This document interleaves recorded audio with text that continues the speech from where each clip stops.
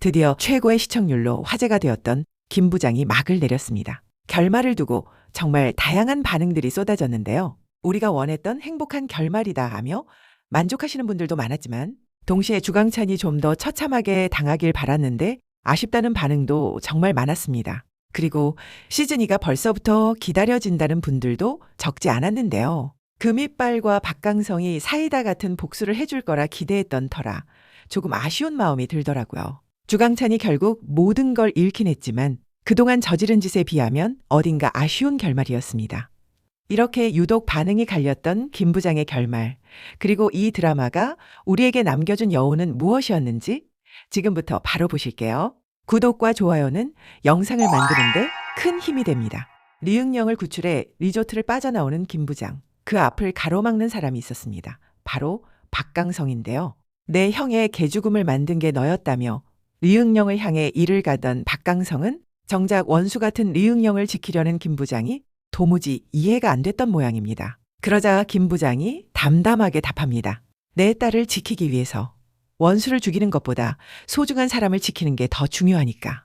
그 마음을 이해한 걸까요? 다음 기회가 있을 거라는 김 부장의 말을 믿고 박강성은 조용히 물러납니다. 그런데 그 순간 또 다른 위기가 조여오고 있었습니다. 박진철, 성한수는 주강찬을 태우고 이동하던 중이었는데요. 김 부장에게 걸려온 전화 한 통, 목소리부터 다급했습니다. 김 부장, 미안하다. 네가 안 오면 애들이 죽어. 부탁한다, 제발. 도장 바닥을 청소하던 태훈이는 남 실장에게, 노래방에서 열심히 노래하던 다빈이는 경호원들에게 순식간에 붙잡히고 마는데요.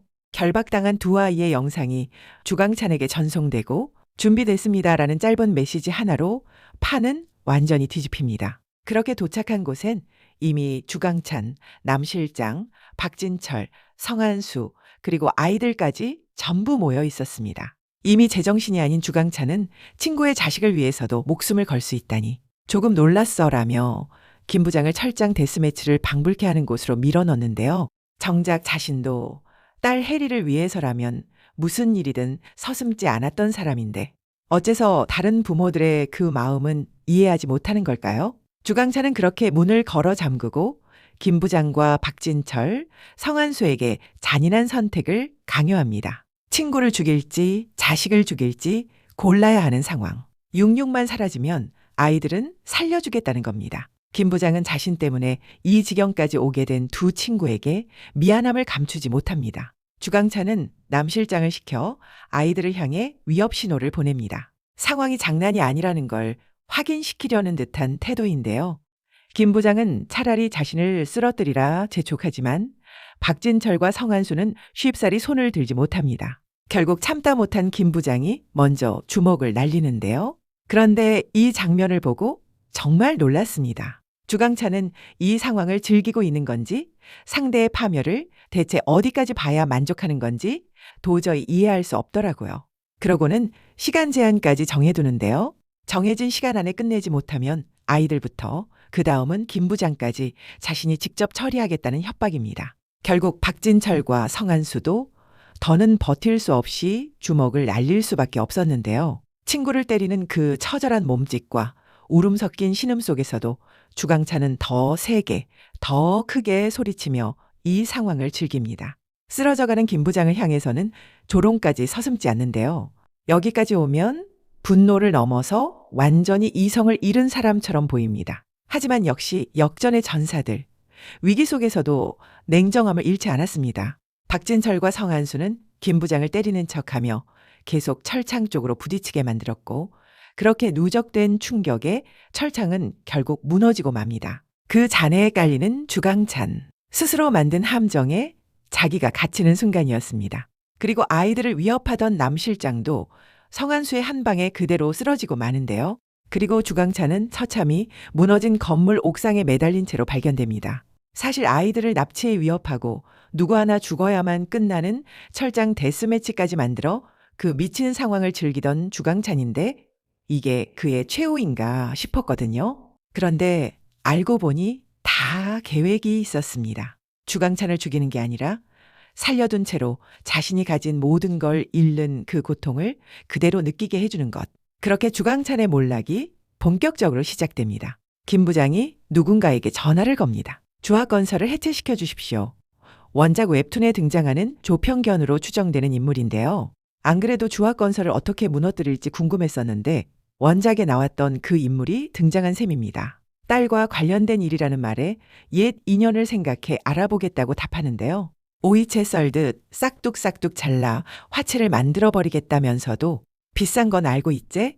라는 한마디를 덧붙입니다. 김 부장 역시 어떤 대가를 치르게 될 수 있음을 암시하는 것 같았습니다. 이후 검찰이 주화건설 본사와 관계사를 전격 압수수색하고 정상적인 사업으로 보기 어려운 대규모 자금 이동 정황이 뉴스로 보도됩니다. 재개발 특혜에 연루된 의원, 그리고 주강찬에게 국가기밀까지 넘겼던 안보 차관도 줄줄이 구속되는데요. 캄보디아로 도피했던 해리는 뉴스와 SNS로 아버지 소식을 접하며 극심한 불안 증세를 보이는데요.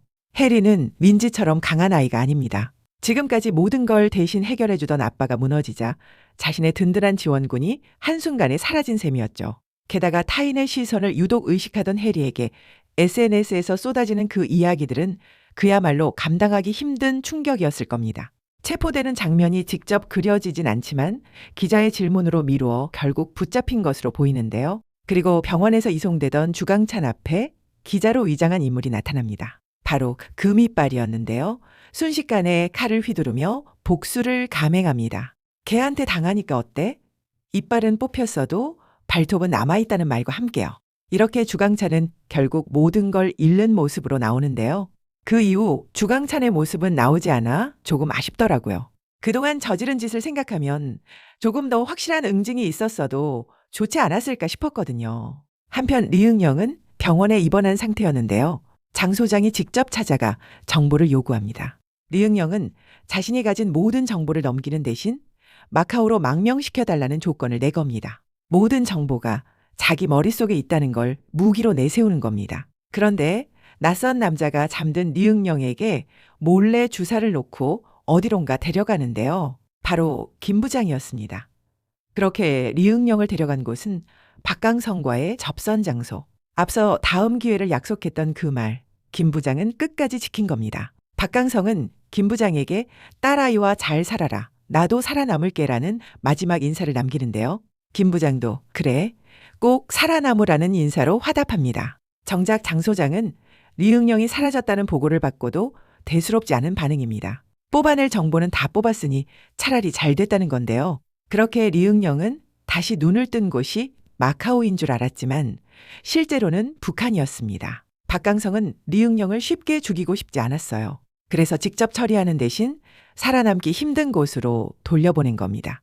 다만 박강성이 그 이후 어떻게 됐는지는 그려지지 않아서 이 부분도 조금 아쉬움이 남았습니다. 이제 모든 걸 마무리한 김 부장은 장 소장을 찾아갑니다. 장 소장은 그럼 죽어야겠다고 담담하게 말하는데요. 북한 측과의 상황까지 고려해 김 부장은 공식적으로 죽은 사람이 되어야만 했던 겁니다. 곧이어 40대 남성이 사망했다는 뉴스가 나가고 이제 김 부장은 남한에서도 북한에서도 죽은 사람이 되었습니다. 예고편에서 그렇게 의미심장하게 비쳤던 유골함 장면.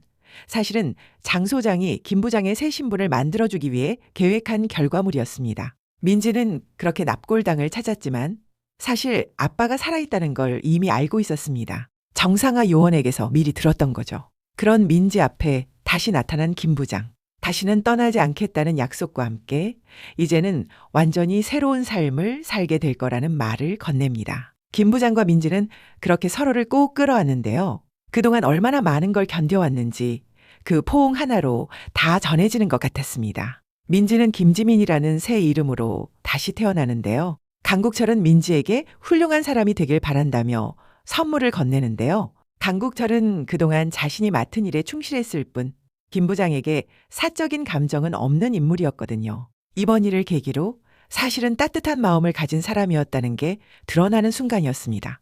그리고 그동안 인물 소개에서도 그저 세탁소 임시로만 되어 있어서 이름을 불러본 적이 없었는데요.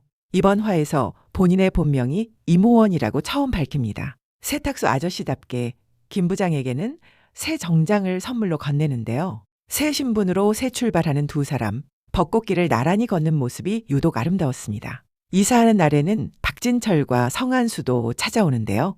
늘 도복 차림이던 성한수가 이날만큼은 말끔한 양복을 입고 나타난 것도 인상적이었습니다. 그리고 새로운 직장에 출근하는 김 부장. 그가 들어간 곳은 백호인력이라는 곳이었습니다.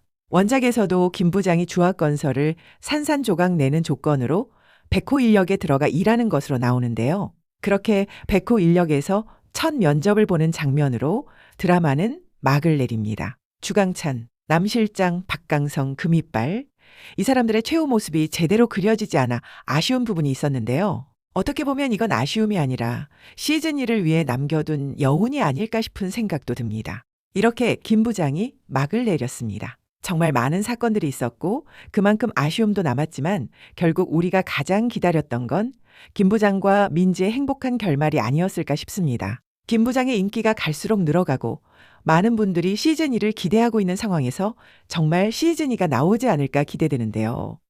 여러분은 이번 결말 어떻게 보셨나요? 댓글로 함께 이야기 나눠요.